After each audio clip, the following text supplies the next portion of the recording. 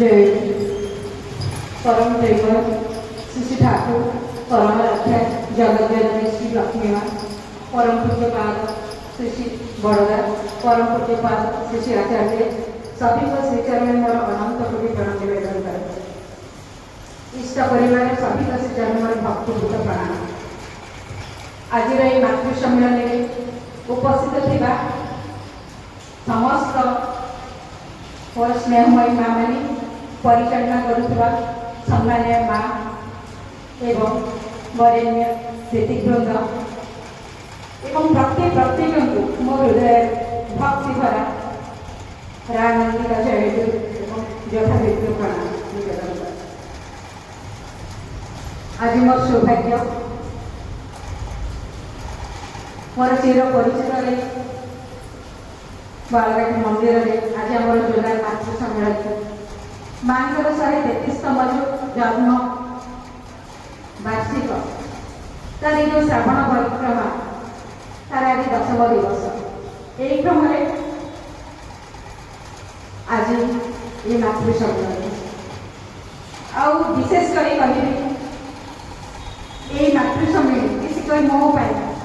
विशेष गुरुत्व बहन करे कहीं आम तो वर्ष सारा मातृ सम्मेलन करुचे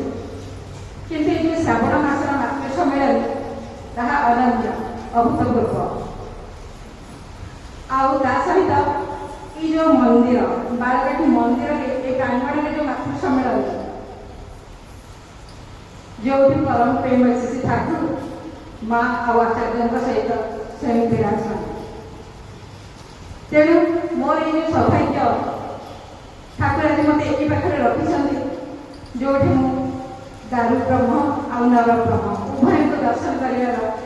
जो परम सौभाग्य प्राप्ति तेणु विशेष किसी कहबी समय स्वल्प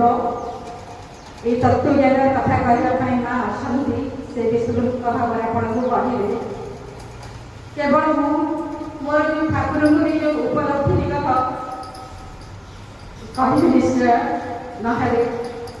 मु अप्रोगेज आनीजी प्रारंभिक पर्यायर मोते सुविधा एत सुविधा नाला ठाकुर को ग्रहण कर ठाकुर जो ये सत्मार्ग चलना दीक्षा तो ग्रहण करी प्रार्थना करुँगी शिष्यवृत्ति करुँगी किंतु से प्रार्थना ना भाव ना भक्ति गोटे जमी चिराचरित ढंग रुटीन बंधा जीवन से भाई कर चलुथे किंतु से होती सर्वशक्तिमान सर्वविद्यमान सर्वज्ञ दिव्य स्रष्टा दिव्य पुरुष से आमर सब अज्ञता सब धृष्टता को क्षमा कर दिखती मोर भी से भाई अवस्था थिला कर चलुथी वर्ष पर वर्ष एमती गढ़ी चलला किंतु ठाकुर कहना जो सत्संग सत्यम शरण अभाव परिश्रांत मन ही धर्म जिज्ञासा ब्रह्म जिज्ञासा करे ठीक एक्जाक्टली से मो जीवन में घटी जिते घर सब दायित्व मो आसला शाशु शशुर दायित्व मो आसला से प्रकृतर कष्ट कौन प्रकृत असुविधा कौन से मुझे जापारी आई समय प्रकृत भाव कौन भक्ति कौन मैंने निजक समर्पण करदेवार अर्थ कौन से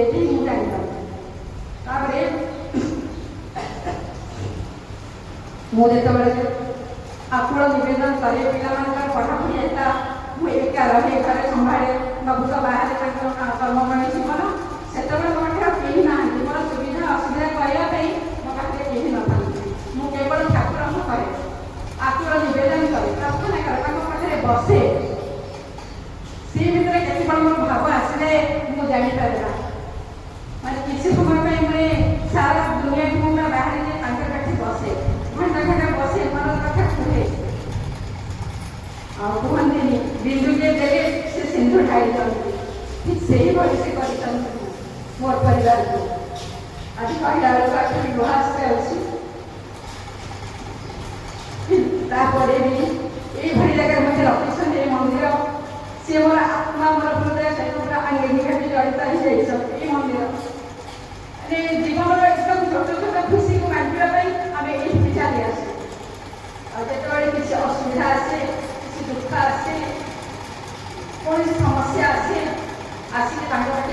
ବସି ପଡ଼େ।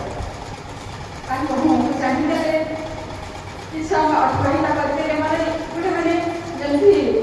ସଦସିଂହର ବଳ ଜାଗ୍ରତ ହେଇଯାଏ, ସମସ୍ୟାର ସମାଧାନ କରିବା ପାଇଁ। ଏଇଭଳି ଆଉ ଗୋଟେ କଥା କହୁଛି, ଯେଉଁମାନେ ବର୍ତ୍ତମାନ ଝିଅମାନେ ଯେଉଁମାନେ ବିବାହିତ ହେଇଛନ୍ତି, ଯେଉଁମାନେ ମା ହେବାକୁ ଯାଉଛନ୍ତି, ଯେଉଁମାନେ ନୂଆ ନିୟମ ବିବାହ କରୁଛନ୍ତି, ତାଙ୍କ ପାଇଁ ଏତିକି ମୁଁ କହିବି, ଆମେ ସବୁବେଳେ କହୁଛୁ ତାକୁ ସବୁବେଳେ ନାରୀଙ୍କ କଥା, ନାରୀର ନୀତି, ନାରୀର କଥା, ସବୁବେଳେ ନାରୀମାନଙ୍କ କଥା କାହିଁକି ପୁରୁଷମାନଙ୍କ ନୁହେଁ। କିନ୍ତୁ ପ୍ରକୃତରେ ନା, ମୋ ନିଜ ଅନୁଭବ କଥା, ମୋର ଝିଅ ନାହାନ୍ତି, ମୋର ପୁଅ ଦୁଇଟି, କିନ୍ତୁ ଜନ୍ମରୁ ସେମାନେ ପଢ଼ିବା ଆମ ଘରେ ସମ୍ଭବ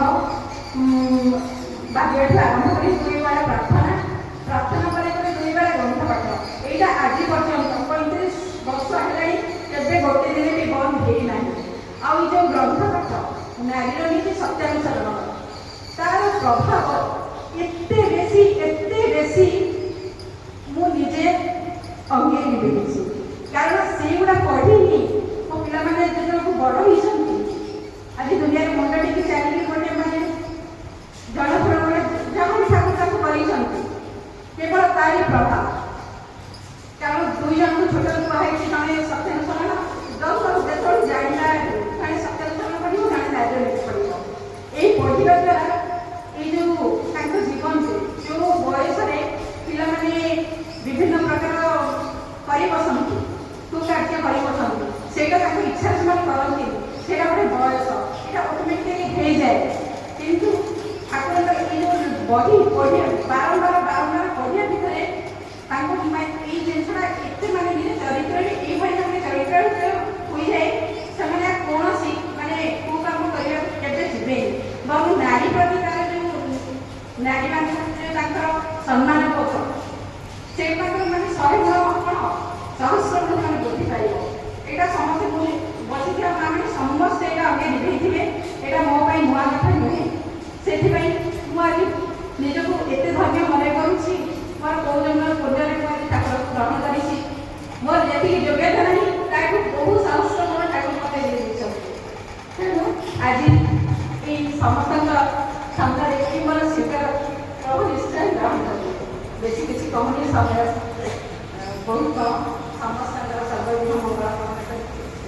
ବନ୍ଦେ ପୁରୁଷ।